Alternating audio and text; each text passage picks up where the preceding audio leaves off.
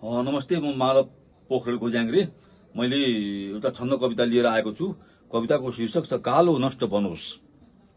कालो नष्ट बनोस् देशभरमा, गोरो र सेतो यता। भ्रष्टाचार हराउँदै गगनमा, सेतो निलो होस् उता। कालो रोग छिटै हटोस् मुलुकको, श्रद्धा सबैमा बढोस्। नेताको सपना इमान पथमा, योद्धा सरी भई बढोस्।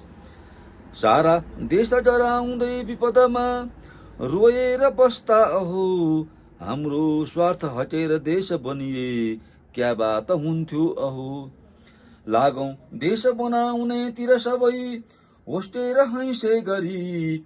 माताले दिनुहोस् आश सधैँ, नेता सुधार्ने गरी। इच्छा पूर्ण बनोस् देश शिरमा, राखेर सोचौं अब।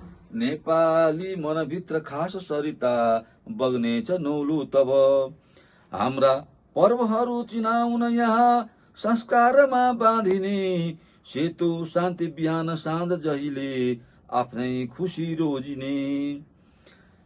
हाम्रो सान बढोस् यो भुवनमा, संसार जित्ने गरी।